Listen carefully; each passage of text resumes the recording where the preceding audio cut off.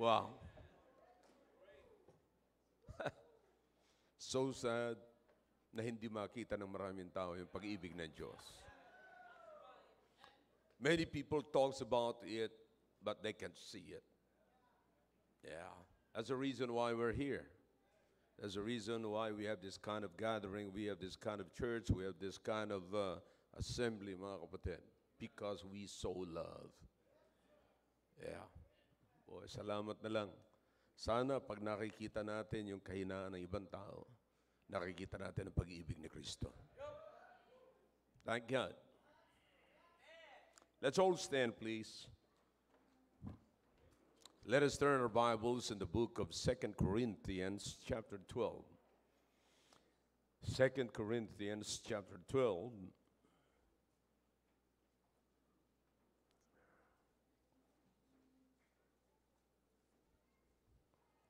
We'll begin reading from verse number 1 down to verse number 10 para maunawaan po natin yung konteksto ng atin pong papakinggang mensahe sa umagang ito. Okay? Man, I'm telling you, that's great message. The message of the song was great. All right, are you with me? Verse number 1 of chapter 12 of the book of 2 Corinthians. It is not expedient for me, doubtless, to glory. I will come to visions and revelations of the Lord. I knew a man in Christ above 14 years ago, whether in the body, I cannot tell, or whether out of the body, I cannot tell. God knoweth such an one caught up to the third heaven. And I know such a man, whether in the body or out of the body, I cannot tell. God knoweth how that he was caught up into paradise and heard unspeakable words, which it is not lawful for man to utter. Of such an one will I glory, yet of myself I will not glory, but in mine infirmities. For though I would desire to glory, I shall not be a fool. For I will say the truth, but now I forbear, lest any man should think of me above that which he saith me to be, or that he heareth of me.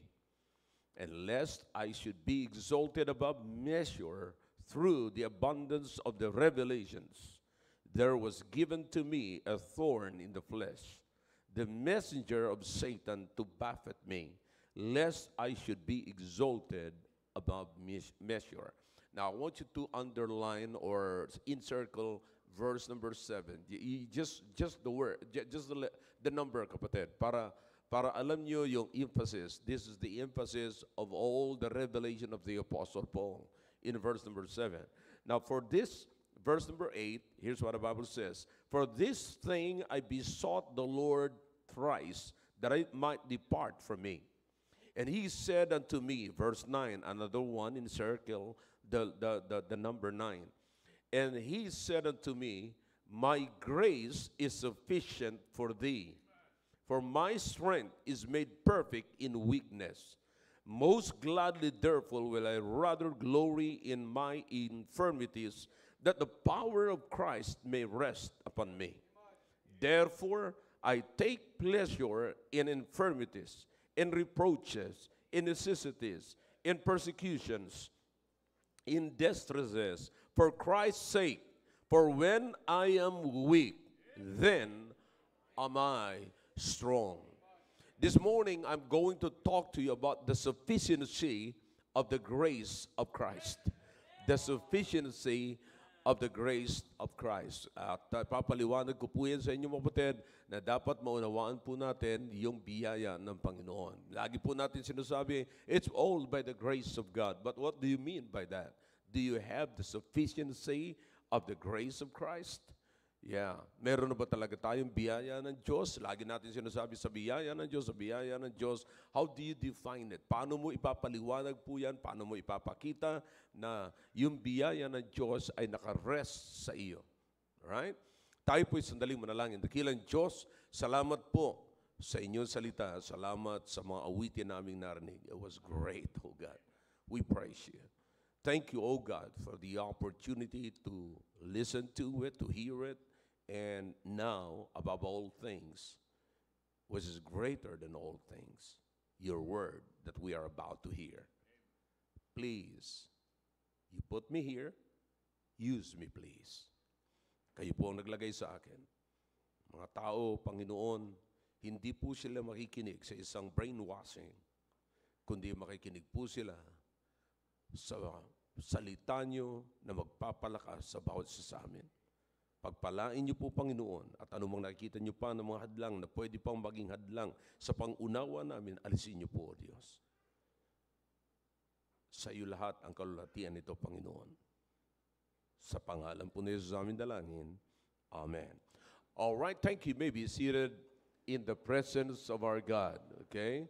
Now, para po sa lahat ng mga bisita po namin, inyo pong tanggalin or patayin muna inyong mga cellphones sapagkat pangit po pagka kayo o sino man sa atin dito na baka may tawag kayo, i-take niyo yung call habang nag-church kayo. That is not right.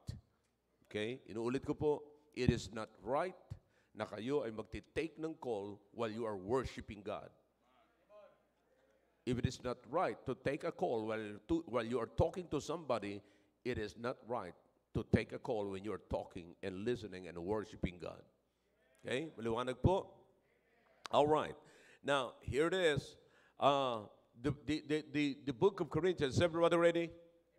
All right. Ang aklat po ng Korinto, mga kapatid, ay isa sa mga sulat ni Paul o isa lamang po itong aklat na ito sa mga sulat ni Paul sa napakaraming churches. Okay? Na napakaraming churches mga kapatid. Nandiyan po yung, ito, binasa po natin, Corinto, ito po ay tumutukoy sa church at Corinth. And then, bago po dumating dito sa Corinth, we have the book of Romans, and also the book of Romans is also the brethren at Rome. Okay? And then after that, you'll find out we have the Ephesians, Galatians, Thessalonians, Colossians, lahat po yan ay mga sulat po ni Paul sa mga churches. Now, particularly, I want to point your attention here, mga kapatid, sa sinabi ni Paul na siya ay beginning from verse number 1 down to verse number 6, you will find out that the Apostle Paul was talking about the blessing of the revelations. In other words, kapatid, si Paul ay tinawag ng Panginoon at merong nireveal ang Panginoon kay Paul. Alright? Now, na hindi niya, ang sabi ni Paul, na hindi nire-reveal ng Panginoong Kristo sa ibang tao. Na kung i-reveal or makikita ito ng ibang tao, mga kapatid, hindi ito mauunawaan ng napakaraming tao. Sapagkat sabi ni Paul, kung ano ang nakita ko doon, I cannot tell. I can't understand. But I praise God that the Lord Jesus Christ revealed it to me. You see? It is the abundance. The Apostle Paul calls it abundance of revelations. You see? Now, in other words, the abundance of blessing through revelations. Did you follow me? All right? Yung po'y abundance ng blessing ng Panginoon kay Paul sa pamagitan ng revelation ng Panginoong Kristo ng kanyang sarili kay Paul. You see? Now, it is very exciting, mga kapatid, na makita nyo, kung kausap ko si Paul, describe mo nga sa akin, anong nakita mo doon sa third heaven? You understand, na si Paul ay nakarating sa third heaven na hindi pa siya patay? Yeah? Third heaven is the throne of God. Okay? Now, hindi po siya namamatay, mga kapatid. Pero sabi ni Paul, kung ano mang nakita ko, I cannot tell. You see? So, but it's really a blessing. It's an abundance of blessings through revelations. All right? So, that is in verse number 1, in verse number 7. You see, down after verse number 6, here comes verse number 7, na nagbago na po yung tema, mga kapatid. And you will find out in verse number 7, sabi ni Paul, verse number 7, and lest I should be exalted above measure through the abundance of the revelations. And then, nagbago yung istorya. There was given to me a what? Thorn in the flesh. And then he said, the messenger of Satan to buffet me. You see, now, the word buffet, mga kapatid, it's not just an ordinary attack. It is a continuous attack, mga kapatid, na parang ayaw tigilan si Paul hanggat si Paul ay hindi ho bumabagsak. Yan po ang ibig sabihin ng buffet. Okay? Hindi po ang ibig sabihin po niyan ay buffet. You understand? All right? So it's a continual, it's a continuous attack. You see, na halos mong parang sinusuntok ka sa boxing, parang kang sinusuntok ni Pacquiao na ayaw kang papahingahin. Bug, bug, bug, bug, bug, bug. You know? So hanggang sa bumagsak ang kalaban. Ang tawag po doon ay torment. Okay? Now, so, you see in this passage, kapatid, nagbago yung tema, mga kapatid, mula sa blessings of Revelation from verse number 1 down to verse number 6, and then here comes verse number 7. The Apostle Paul was talking about now the thorn in the flesh. And then he said, here, he said, the messenger of Satan to buffet me. Look at verse number 7, mga kapatid, okay? Kaya pinatatandaan ko po yan sa inyo. Lest I should be exalted above measure.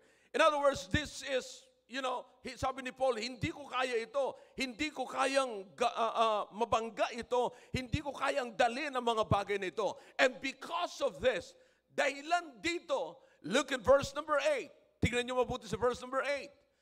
For this thing I what? Besought. Now, everybody must understand that the word besought, beg, it means beg. In other words, here comes the Apostle Paul because of the thorn in the flesh, and that the Satan came, you know, and Satan brought to him, and sabi ng Biblia, Satan came, the messenger of Satan came to buffet him. Yan na po yan. Because of this, sunod-sunod na atake ng diablo. I hope you understand. Meron sa ating kalagitnaan dito na maaari na kayo ay nakaranas ng sunod-sunod na atake ng diablo. Okay? Now, listen to me now. Hindi po yan, kapatid. Hindi po yan, kapatid, bihira. Yan po ay nangyari na. And bless God, we have the Word of God here na magsasabi sa atin, mga kapatid, na this is not impossible, but possible.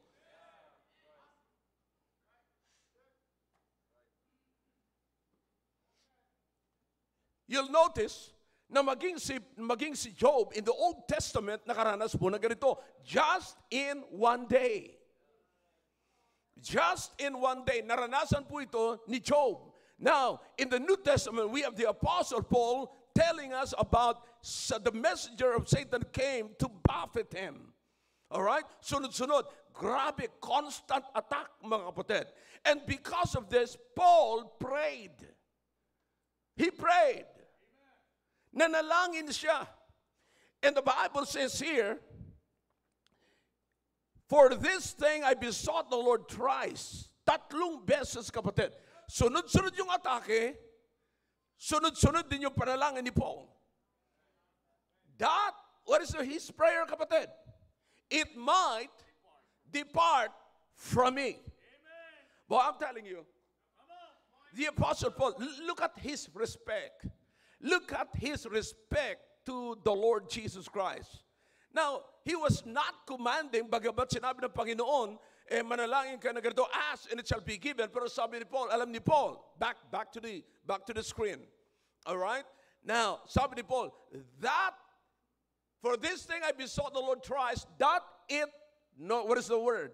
Might be or might depart from me. Okay? Now, hindi man siya.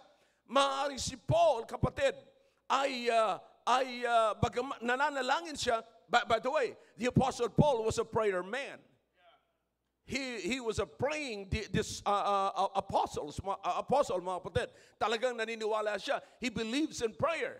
Notice, If you will check, even the book of Romans chapter 12 and verse number 12, tinaas niya ang panalangin. Now you go to the book of Corinthians, we have here the prayer of the Apostle Paul. You go to the book of Ephesians, go to the book of Thessalonians, go to the book of Colossians, nandiyan po yung mga prayer. In fact, he was the one na nagsabi mo, kapatid, pray without, come on, talk to me, ceasing. So siya po naniniwala dyan. Naniniwala siya sa panalangin. Grabe ang paniwala ni Paul sa panalangin. That's why in this case, mga kapatid, si Apostol Pablo ay nanalangin. At nung siya po ay nalangin, tingnan po natin ang resulta. Therefore, because of this thing, sabi niya, I besought the Lord. Kinausap niya ang Panginoon ng tatlong beses tinawagan niya ang Panginoon sa isang problema lamang. So I hope you understand kung anong klaseng problema ito. You think tatawagan niya ang Panginoon ng tatlong beses isang problema kung yun ay simple problema? Yeah. So it's not a simple problem. It really hurts. Why is that? Notice the word. Anong binigay sa kanya? A thorn. Do you understand what a thorn means? Tinik. Sa Tagalog, sa atin, tinik. Pero wag niyong ilagay sa isipan niyo yung tinik dito sa atin, basta lamang tinik. But, ang implication ng tinik, kapatid, ay nakabaon. At itong tinik na ito ay nakabaon na hindi basta-basta mabubunot. Nandyan lamang, kapatid. So the Apostle Paul was talking about a thorn that he cannot pull out. Yan ho ang sinasabi ni Paul. Meron akong tinik sa aking flesh, sa aking laman na hindi ko kaya. That's why I besought the Lord thrice. Oh boy. Indeed, it's a thorn. But notice what the Bible says here. Look at verse number 9. And he said unto me, what? My grace is sufficient for thee. My strength is made perfect in weakness. That's what the Lord Jesus Christ, how the Lord Jesus Christ answered the Apostle Paul. Now listen carefully, everybody. Look at this way. Many times we are encouraged to pray. Because when we pray, God what? Answers prayer. Call unto me and I will answer thee. That's a promise. Tanong, is it true? Yes, because it is God's word. Ask, and it shall be. Yeah. So it's a prayer. It's all about prayer. But you understand the Apostle Paul here, when he prayed to God for his thorn in the flesh, that he cannot pull out. He was not able to pull it out. Hindi niya kayang bunutin, kapatid. Ito po'y tinik na matindi. Minsan, just imagine, pag natitinik kayo sa lalamunan ninyo, mga kapatid, ng bangus. Sa anong ginagamit, anong ginagawa niyo, mga kapatid? Pinapakamot niyo sa pusa. Kasi wala kayong kakayanan na bunutin niyo ng sarili ninyo. Sino ang pinabubunot ninyo? Pusa. Pusang alaw, sabi nila.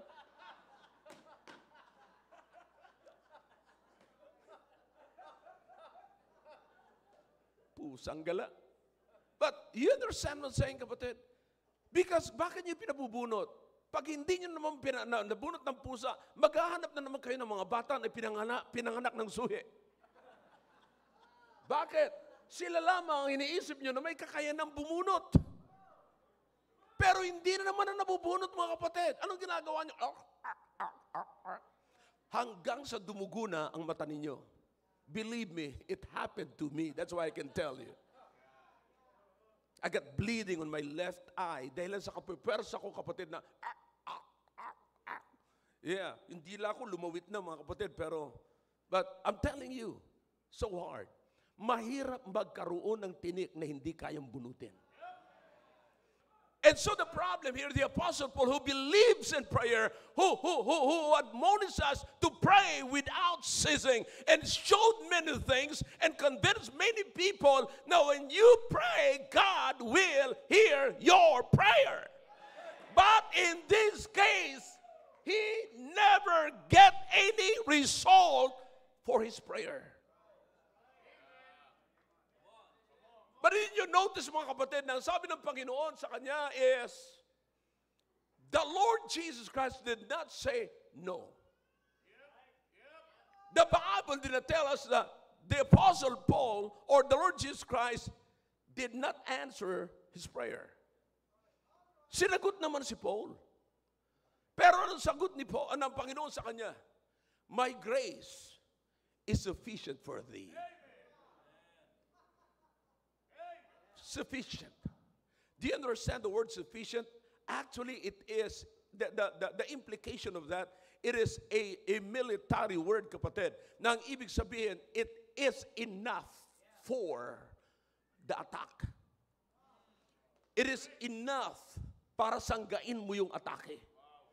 It is enough para sa anumang atake, anumang klaseng atake ng kaaway, sufficiente na yan. It is a military term. All right? My grace, which what? Grace. What is the grace? The favor of God. The favor, my favor, Paul, is enough. Sufficient. Okay? Now, where can you see the sufficiency of the grace of God? Now, listen to me now. The sufficiency of the grace of Christ is seen in the transformity of the infirmity into glory given to the Apostle Paul. All right, let me say this once again. Alam ko, gumagamit ako ngayon ng mga theological term, pero kaya ko ginagamit ang theological term para makita nyo po ang Diyos. Transformity. Makita nyo kung paano si Paul nagbago mula doon sa kanyang infirmity patungo sa glory. After that, the infirmities of the Apostle Paul is still present, but he glorifies God. You see? Now listen, this is very important, kapatid. That's why in verse number 9, makikita niyo po ang sagot ng Panginoon sa kanila, and he said unto me, my grace is sufficient for thee, for my strength is made perfect in weakness. You see? Now, listen, don't miss this. Babanggitin ko pa rin ito ulit mamaya, mga kapatid. Sapagat ito po ang laging nangyayari. And you should be mindful, careful, watchful about this. So everybody, lahat po tayo rito ay nakakaranas ng pain. Iba't ibang klaseng source ng pain. And you should understand, you should understand people who are in pain. And those who are in pain, let me warn you, you better be careful and watchful. It is a self-inflicted pain or pain that is brought by other people. Why is this important, mga kapatid? All right? Watch. You can put this in your My Day. Pain creates bitterness. And bitterness prolongs the pain. One more time. Pain creates bitterness. And bitterness prolongs the pain. You understand, mga kapatid, na may mga tao, nasaktan sila ng ibang tao. Hindi nila inayos yung sakit na yon. Yung pain na yon na-create ng bitterness. Hindi lamang, mga kapatid, you understand what I'm saying? Kayong mga nasaktan ngayon, do you understand what is in your heart right now? If you're not dealing with your pain right now, then you have bitterness, whether you admit it or not. Come on, talk to me if you can. Whether you admit it or not, there is something in your heart that is more than pain and prolonging the pain, because bitterness is right there. Because your pain birthed bitterness. Nanganak ng bitterness yung inyong pain. And now, what is prolonging your pain?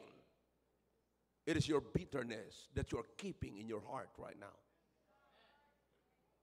You're quiet now. Pero yan po ang totoo, mga kapatid. Ang alam natin, akala natin nagkikimkim tayo dyan ng sama ng loob. Pero ang totoo nyo, pinapahaba nyo lang yung pain nyo. And we're trying to find someone to ease the pain. Pero the truth of the matter is, you can't find someone because the only person that can heal the pain and ease the pain is the one who saved you. The one who forgave you. The one who gave you the assurance that you'll be with him. And that one, that person is also the other one, the only one who told you that I will never leave you nor forsake you. That is something. Pain creates bitterness, and bitterness prolongs the pain. Now, so the Apostle Paul begged God for thrice, sabi niya. Nanay, nakikiusap ako, Panginoon, kung pwede, alisin niyo po ang tinik na ito. Pero sabi ng Panginoon, Paul, my grace is sufficient. Sapat na yung aking pabor, sapat na yung aking biyaya para labanan mo ang atake na yan. Bakit? Sa panahon ng iyong kahinaan, my strength is good. My strength is good. Now, so bakit ganun ang sagot ng Panginoon? Ano ang ibig sabihin ng kasagutan ng Panginoon? Do you understand? That when God told the Apostle Paul, Paul, my grace is sufficient. Okay? In other words, Paul, I'm not gonna pull out the thorn. Hindi ko alisin yung thorn na yan. Mananatili ang thorn na yan dyan sa iyo. Pero, yung biyaya ko ay sapat na panlaban dyan. Pero you still have the thorn. Paul, I want you to live with it. Paul, mamumuhay ka na meron kang tinik. You have no choice. God, the Lord Jesus Christ did not give the Apostle Paul a choice. Wala ka ng option, Paul. Wala ka ng pagpipilian. Mananatili sa iyo ang tinik na yan. You see, now, sometimes, kapatid, we don't understand the purpose of prayer. Sapagkat ang purpose of prayer, mga kapatid, the purpose of prayer is not for God to will what you want. Did you get that? The purpose of prayer is not for God to will what you want, but for you to want what God wills. Yan ang purpose ng panalangin. Kaya po nanalangin tayo kasi gusto nating alisin ito. Gusto nating ang Diyos ay magkagusto sa gusto natin. Pero ang panalangin, ang gusto mangyari ng Diyos, ay gustuin mo ang gusto ng Diyos para sa iyo. You see, that's the power of prayer, mga kapatid. The power of prayers is not that He makes God wills what you want, but it makes you want what He wills. That when you pray, sasabihin mo sa Panginoon, pagka ikay nanalangin, I'm not changing the will of God, but I'm changing my want and my needs so that I begin to decide whatever it is the Lord has declared. I've got to go through because sometimes there is no choice but to surrender to the will of God. There is no choice. That is the only time, kapatid, na ikaw ay mananatili sa kalooban ng Panginoon sa buhay mo. That's the only chance na gugustuhin mo ang kalooban ng Diyos sa buhay mo. You see, that's the only chance that you can get what you need from God when you want what He wills in your life. What He wills for your life. Naunawaan niyo, kapatid? Most of the time na nanalangin tayo, Panginoon, ibigay mo ito sa akin. No, ang ibibigay sa iyo ng Panginoon, yung kailangan mo. Hindi yung gusto mo. Palagi po nating naririnig yan, kasabihan ng mga kapatid. You see, now, sometimes, kapatid, there is no choice but to surrender yourself to God. I hope, kapatid, nagkakaunawaan tayo. Now, let this message sink in to your mind and to your heart. Don't just listen for it para may maipapublish kayo, para sabihin nyo, tama-tama ito, na-encourage siya. How about you? Hayaan mo mag-sink in ito sa iyo. This message is not sa katabi mo, for you. This is for you. I believe that prayer will always change things, but sometimes the only thing is you. Yeah, naniniwala po ako dyan. Kayang baguhin ng Diyos ang napakaraming bagay, kapatid. Ang panalangin ay nagbabago ng bagay, kapatid. Pero minsan ang bagay na yan ay ikaw. Ikaw ang babaguhin ng Panginoon. Sometimes the only thing is you. Sometimes prayer does not change the people around you, does not fix the stuff that you are going through. It does not make it any easier, but it changes your heart, it changes your mind, it changes your disposition, it changes your perspective, so that you can stand and declare, whatever my life, God, it is well with my soul. Hindi ho natin minsan nakikita yan, mga kapatid. Dapat ang makita natin kung anong babaguhin ng Panginoon sa atin.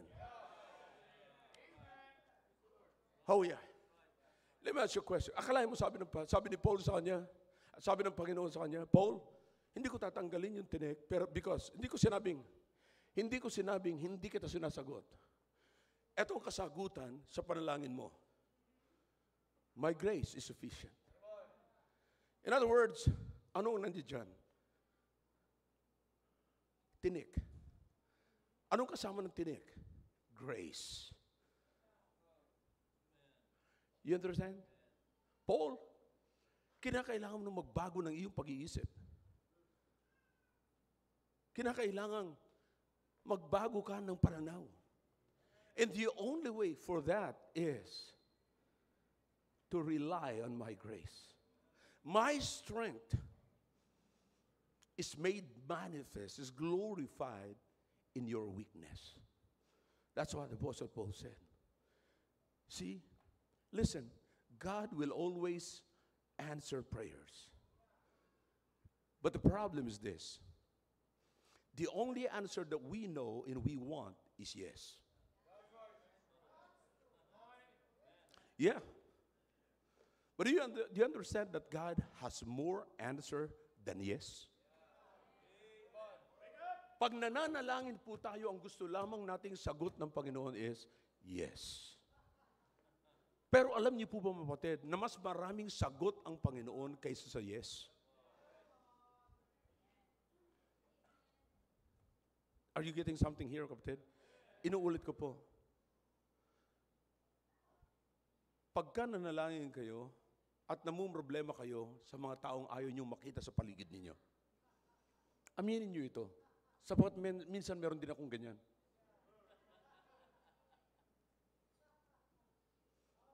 Minsan, mabuti na lamang kung nasa paligid mo, ay kung nasa harapan mo pa.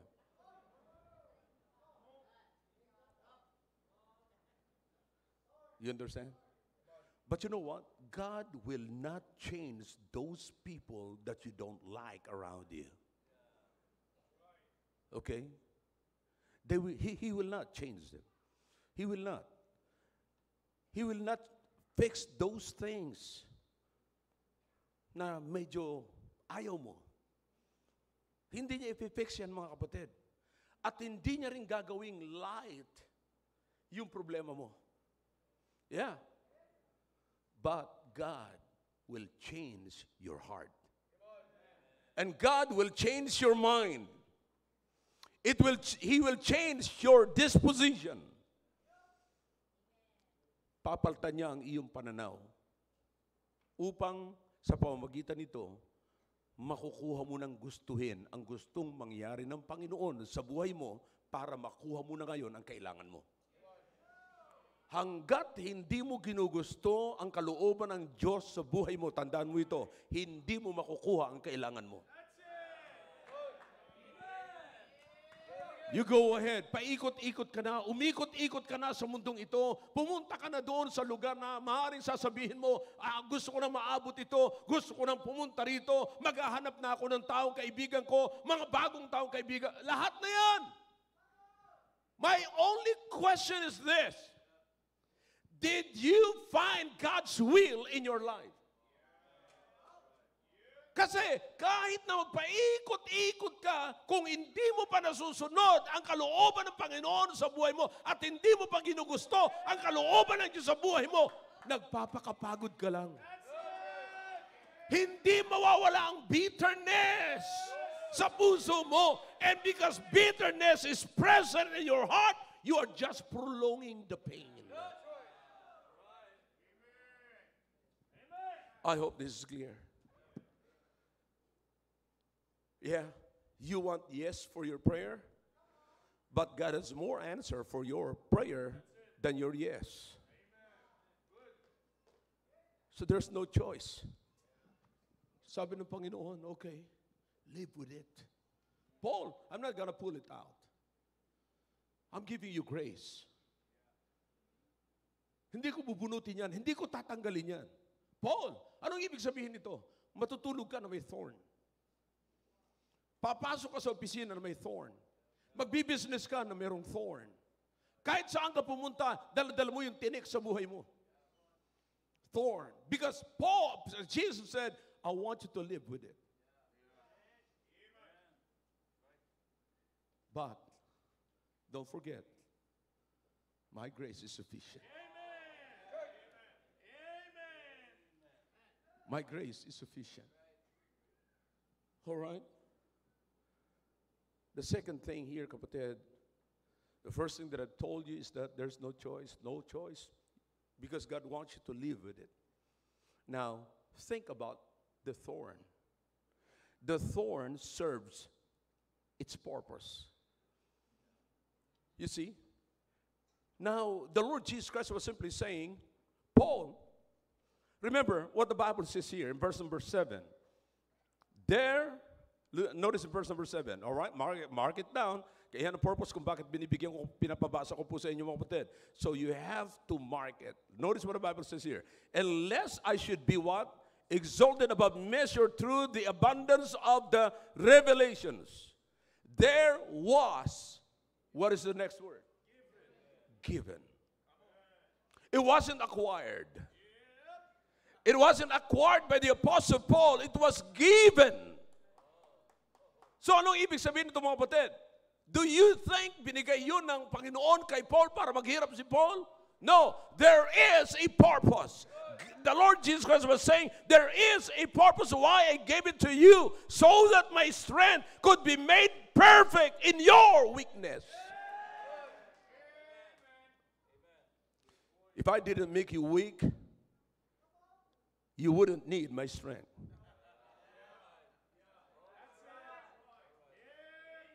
Yeah. Notice what the Bible says here. Verse 1 to 6 talks about the abundance of blessings, but in verse 7 talks about the thorn. And it's the thorn that brought the power of Christ. Did you notice that? Listen.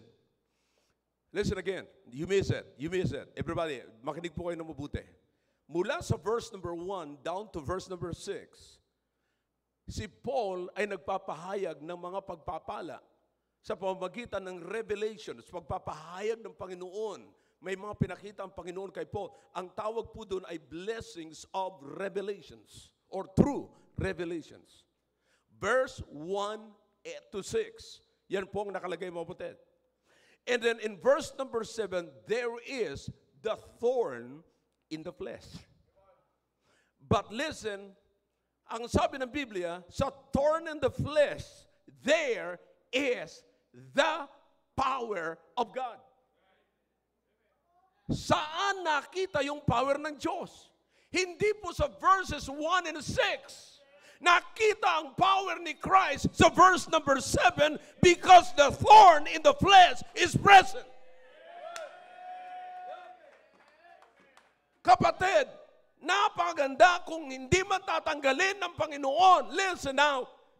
Kung hindi man tatanggalin ng Panginoon yung thorn in the flesh, yung tinik sa iyong katawan, sa iyong flesh, then the Bible says, kalakip noon ay yung power ng Panginoon. Hindi nakita yung power ng Panginoon doon sa blessings of revelations. Saan nakita? Sa thorn in the flesh.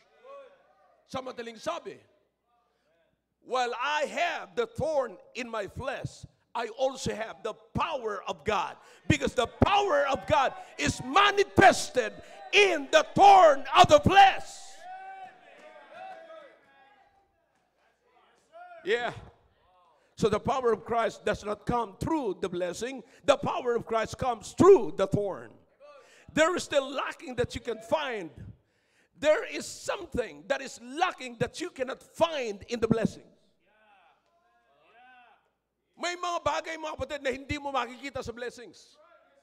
Minsan, pagka pinagpapala tayo, amen, hallelujah, napakabuti ni Lord. Yeah.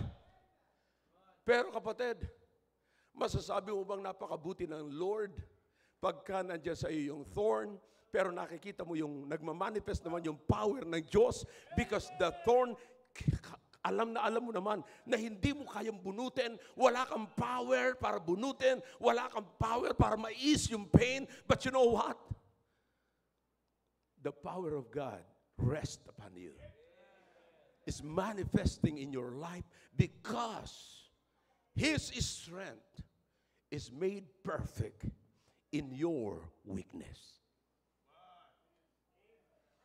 His strength, God's strength, is made perfect in our weaknesses. It's made manifest in our weaknesses. So, para bang, nakakita kayo, nagluluto kayo. Habang nagluluto kayo, tinitikman nyo, ang niluto nyo. Parang parang may kulang pa. Wala pa yung cubes. Wala pang betsin. Sometimes, iniisip natin mga kapatid, parang there is something lacking pag nagluluto ka. Now, do you understand? Na dito mga kapatid sa kalagayan na ito, may mga blessings na. Verses 1 to 6. Abundance, kapatid. Ginamit ng Biblia yung salitang abundance. I like it. Abundance of blessings through revelations. But you know what? Something is lacking. Meron pang isang, may luya na, may bawang na, may sibuyas na, may cubes na. But, ano kaya kung pakuluan natin ng Sprite?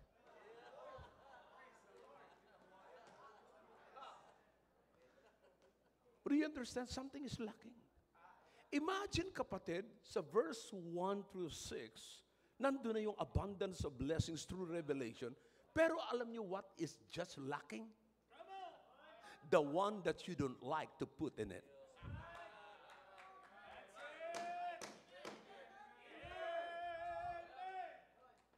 Kumpleto na naman sa kung ikaw binigyan ng Panginoon. Panginoon, ayos na to, tama na to. Tama na to, okay na to, Panginoon. Kumpleto na to. Pero sabi ng Panginoon, no, hindi. Isa pa ang kulang dyan. Para lalong mas masarap yan. Para mas lalong powerful yan. Lagyan natin ng tinik.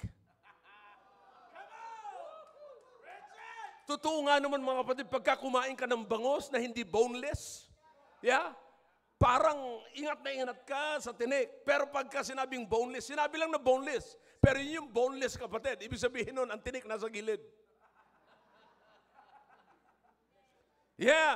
So pagka wala na yung tinik, ang bilis mong kumain. Pero sabi ni Paul, para manamnam mo ng mabuti, lagyan natin ng tinik. Kaya ngayon, araw-araw na mumuhay ka, you will wonder why you are so powerful living your Christian life every day. It is because of the thorn that God did not pull out, but God gave you the sufficient grace. Grace, grace. God allows you to live with that sufficient grace.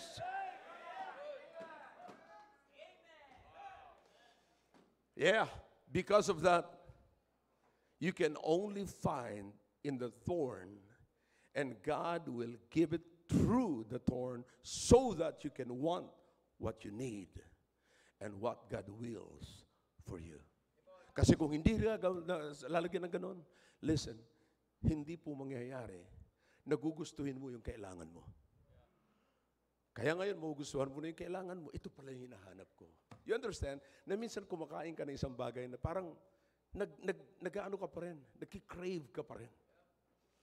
Kumakain ka na parang, ano kaya to? I'm craving. Yeah, because something is lacking. Something is lacking. I remember Jacob, nung siya nakipag-wrestle sa Panginoon. Anong nangyari sa kanya, mga kapatid? He broke his legs. Lumalakad siya na limping. Papilay-pilay siya, mga kapatid. Hindi na tinanggal ng Diyos yan. Yun ang naging tatag sa kanya. Jacob means a man who wrestled with God. Alright? That is Israel. Okay? Now, so, because of this, do you understand, okay, wala kang choice, hindi tinanggal ng Panginoon yung tinik, because sabi ng Panginoon, mamuhay ka na mayroong tinik sa buhay mo. Okay? You understand? I don't know kung anong tinik sa buhay ninyo. Maring siya yung nakikita nyo araw-araw. Pag ito tinik sa buhay ko. Pero my grace, God's grace is sufficient for me para harapin ko ang tinik na ito. You understand? Now you can smile. You go home this morning with a smile in your heart. Kahit na makita nyo si tinik. Alright? Sabi ng Panginoon, hindi ko tatanggalin yan, but I want you to live with it. And now, sapagkat yung tinik, nandiyan yan sa'yo, pag tinanggal ko yan, mawawala na yung purpose ko sa iyo. Binigay ko yan sa iyo at mananatili yan dyan sapagkat hindi yan mananatili para saktan ka, kundi mananatili yan para ma-serve yung purpose sa buhay mo. So that number 3, you will live a blessed life in spite, I said in spite of tinik. You're blessed. You see, abundance of blessings in verses 1 through 6, and a thorn in verse number 7. Did you notice that? Okay, let's go, mga kapatid, okay? Let's go, all right? Now, verse number 7, makikita niyo po, there was given to me, what is the next word? There was given to me, what is the next word? A. No, the word A muna. Because yung A, nagsasabi yan, mga kapatid, yung letter na yan, na ang kasunod niyan ay singular. Not plural. So verses 1 to 6, nandoon yung plural. Di ba? The blessings. Pero, so makikita nyo sa verse number 7, there is the singular. What is the singular there? The thorn. A thorn. You see that? So makikita nyo na kung titignan ninyo mula sa verse number 1 down to verse number 6, plural, etong verse number 7, singular. In other words, pag tinimbang nyo yan, ma-outweigh yung singular.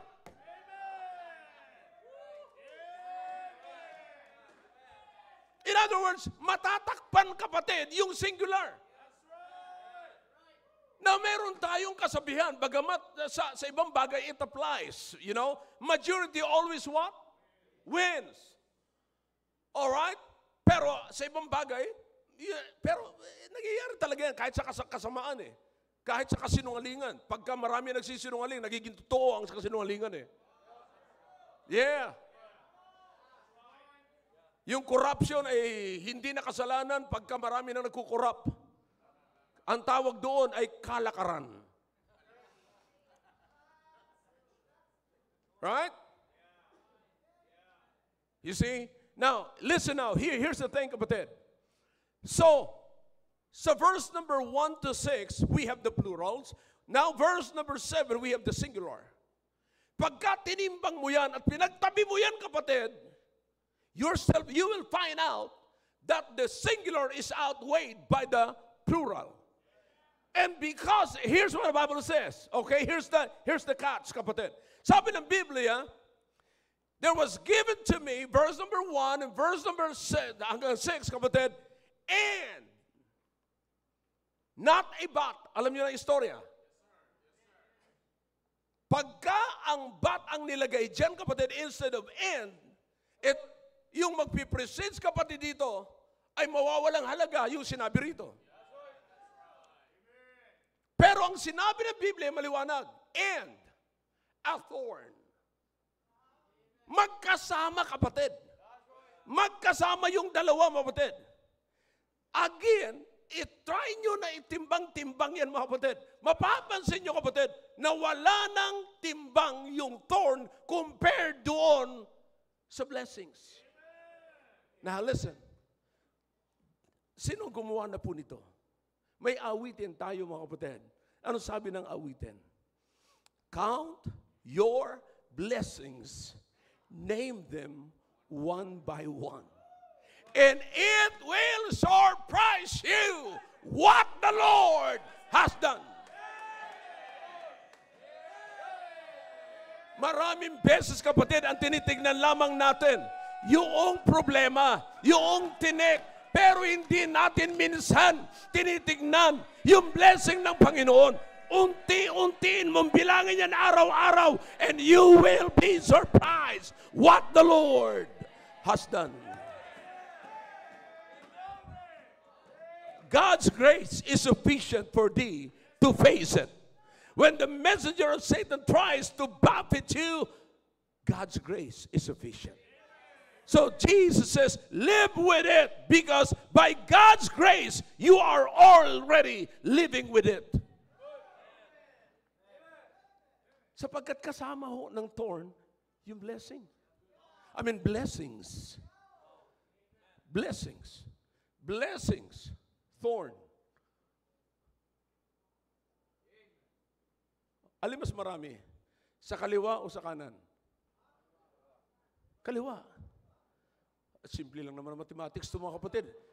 Yung iba sa inyo, graduate na ng college, hindi nyo pa alam. Alin mas marami? 5 o 1? Anong dalawa? Wala man ako sinabing dalawa. Alin mas marami? 5 o 1? 5. Pero bakit parang wala kang 5 kung meron kang isang tinik? Sang eskwelahan ka, graduate, na hindi mo alam ang mathematics.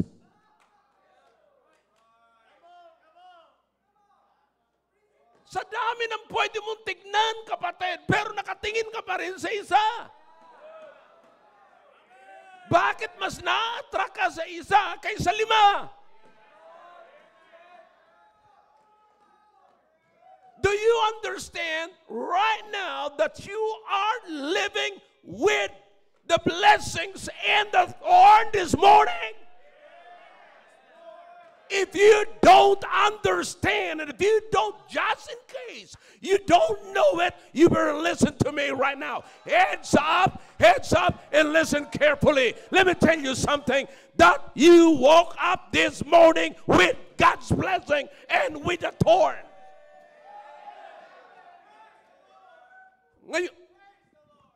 Ngayong umaga may problema kayo. Di ba? May tinik kayong dala-dala ngayon. Pero akalain mo, kapatid, na ngayon ay nagising ka.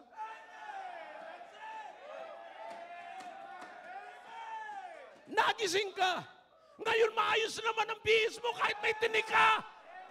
Nakakain ka ng almusal. Nakapagsuot ka ng medyas. Hindi ka nagpasuot ng medyas. Nakapag-drive ka. Nakakakanta ka. I said, nakakakanta ka kahit may tinik ka. Do you understand what I'm simply saying is this? You are still blessed in spite of it.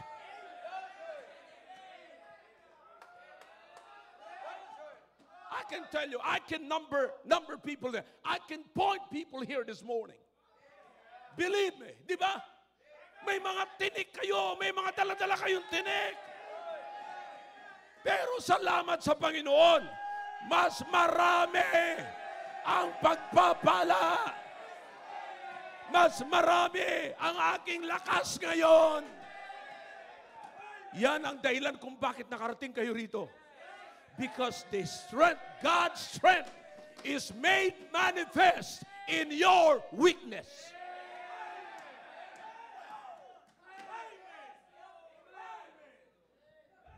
Ano pa? Ha? Ano pa? Alam ko yung iba naman sa inyo naligo eh. Akalain mo nakaligo kayo ngayong umaga. May maayos kayong pag-iisip. Nakakiss pa kayo. May ngiti kayo sa inyong mga labi. Pero may tinig pa kayo. Why think of tinik? Why worry about how to pull out tinik when you can smile and live with it? Sige, tinik pa more. As long as nandyan yung tinik, magre-rest naman yung power ng Diyos upon me. So I can walk, I can jump, I can run, I can work, I can sing, I can dance, I can do everything with that thorn. I will live with it. Look at it, tingnan ko. Parang normal naman kayo. Parang normal naman kayo. Bakit? Because you are blessed in spite of tinik.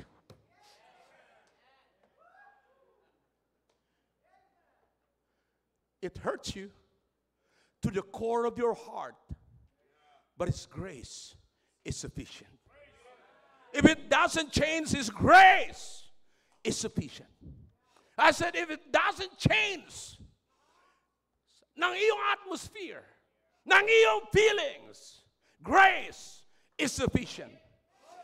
If it didn't get better, His grace is sufficient. If God didn't say yes to your prayer, His grace is sufficient.